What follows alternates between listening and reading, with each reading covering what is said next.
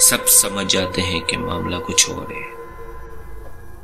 جو دوسری cousin freeze ہو گئی تھی اس کو وہاں سے اٹھا کے دوسرے روم میں لے جایا جاتا ہے۔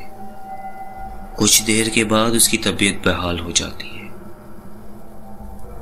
پوری رات سب ڈر و خوف میں گزارتے ہیں، اور جس پہ اثرات واضح ہو رہے تھے اس کو روم میں اکیلا چھوڑ کے روم باہر سے بند کر دیتے ہیں تاکہ کسی اور کو نقصان نہ ہو۔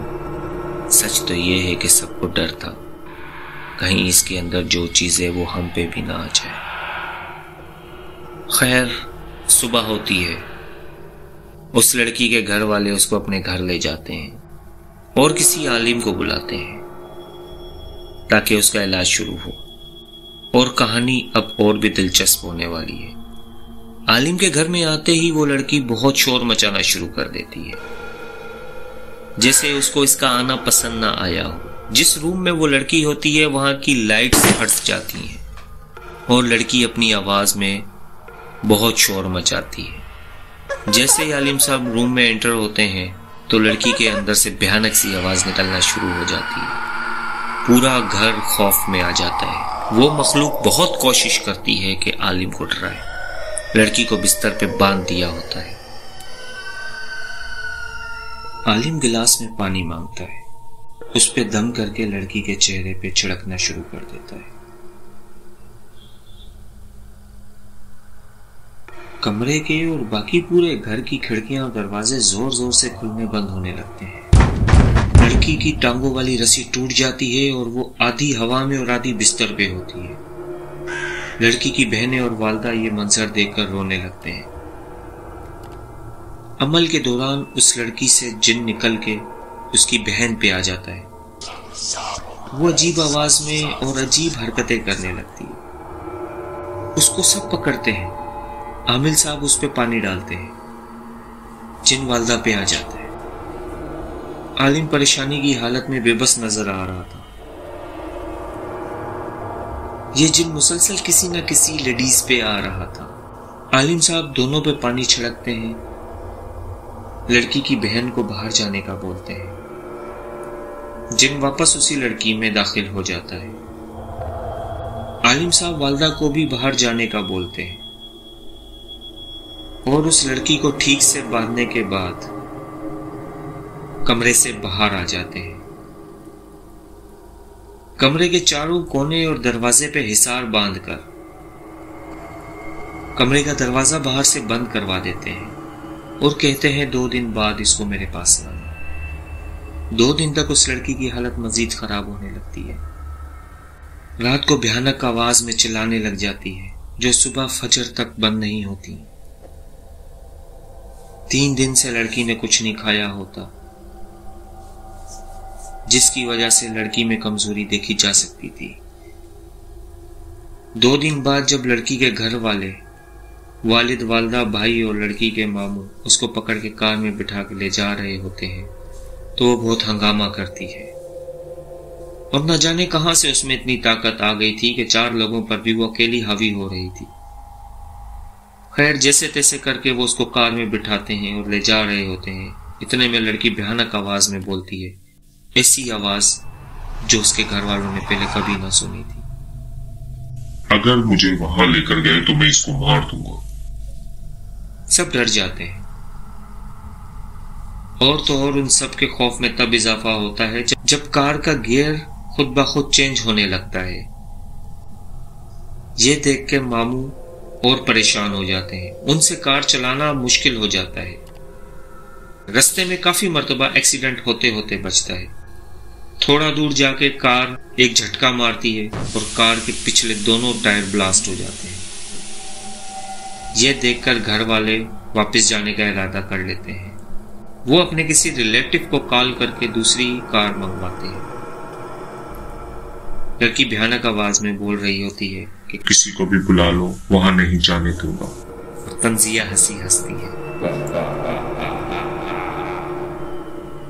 خیر، دوسری گاڑی آتی ہے۔ گھر واپس جانے کا ارادہ بنتا ہے۔ گھر آ کر لڑکی کو اسی روم میں لے جایا جاتا ہے اور بیڈ سے باندھ دیا جاتا ہے۔ لڑکی کی ماں اس کو کھانا کھلاتی ہے تو وہ کھانا منہ میں لے کر تھوک دیتی ہے اور ہنستی ہے۔ لڑکی کی ماں علیم صاحب کو فون کر کے نہ آنے کی وجہ بتاتی ہے۔ عالم صاحب صبح آنے کا کہتے ہیں کہ میں خود آؤں گا۔ لڑکی کی حالت مزید خراب ہو جاتی ہے۔ کھانا پینا بالکل چھوڑ دیا ہوتا ہے۔ چیخنا چلانا اور جسم پہ کٹس کے نشان پڑنے لگتے ہیں، جسے وہ اپنے آپ کی دشمن ہو گئی ہو۔ اگلے دن جب عالم صاحب آتے ہیں، اپنا عمل کرتے ہیں، عمل کے وقت لڑکی کا تھوڑا سا سکون ملتا ہے۔ وہ اپنی اصل حالت میں آ جاتی ہے۔ اس سے پوچھا جاتا ہے کہ کیا ہوا تھا اس رات چھت پہ۔ اس کو کچھ یاد نہیں ہوتا، بس بولتی ہے کہ جب اوپر گئی تھی تو تھوڑی دیر میں جسم بھاری ہوا، پھر مجھے کچھ یاد نہیں۔ عالم صاحب پڑھ کے باہر جاتے ہیں اور گھر والوں سے بولتے ہیں کہ یہ معاملہ خطرناک ہوتا جا رہا ہے، کچھ دن اور لگ سکتے ہیں۔ گھر والے کافی پریشان ہوتے ہیں۔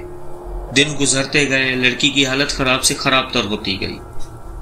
3 دن بعد صبح والدہ لڑکی کے روم کے باہر کھڑی ہوتی ہے تو اس کو روم کے اندر سے 2 آوازیں آ رہی ہوتی ہیں۔ ایک وہ اپنی بیٹی کی ہوتی ہے، دوسری ایک انجان مرد کی آواز ہوتی ہے۔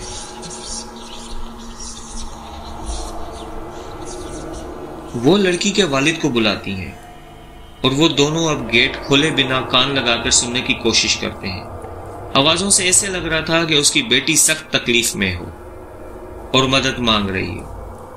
یہ معاملہ 2 گھنٹوں تک چلتا ہے، پھر دن کے 12 بجے آوازیں آنا بالکل بند ہو جاتی ہیں۔ گھر والے تھوڑا سکون میں آ جاتے ہیں۔ دوپہر کے 3 بج جاتے ہیں، آواز نہیں آتی۔ گھر والوں کو تھوڑی پریشانی ہوتی ہے کہ پچھلے 7-8 دنوں سے ایک پل ایسا نہیں ہوا کہ آوازیں رکی۔ والد ہمت کر کے گیٹ کھولتے ہیں، دیکھتے ہیں لڑکی پرسکون سو رہی ہوتی ہے۔ والد اپنی بیٹی کو آواز دیتے ہیں، وہ کوئی جواب نہیں دیتی۔ وہ اس کو ہلاتے ہیں پر پھر بھی کوئی جواب نہیں، کوئی حرکت نہیں۔ لڑکی کا ہاتھ پکڑ کے چیک کرتے ہیں تو نبض نہیں چل رہی ہوتی۔ والد کی آنکھ میں آنسو آ جاتے ہیں۔ وہ فوراً لڑکی کو کھول کے والدہ اور بھائی کے ساتھ ہاسپٹل جاتے ہیں۔ لڑکی کا وزن اتنا ہلکا ہو چکا ہوتا ہے جیسے کسی 10 سال کے بچے کا ہو۔ ہاسپٹل پہنچتے ہیں، جب ڈاکٹر چیک کرتا ہے تو بتاتا ہے 2 گھنٹے پہلے یہ انتقال کر چکی ہے۔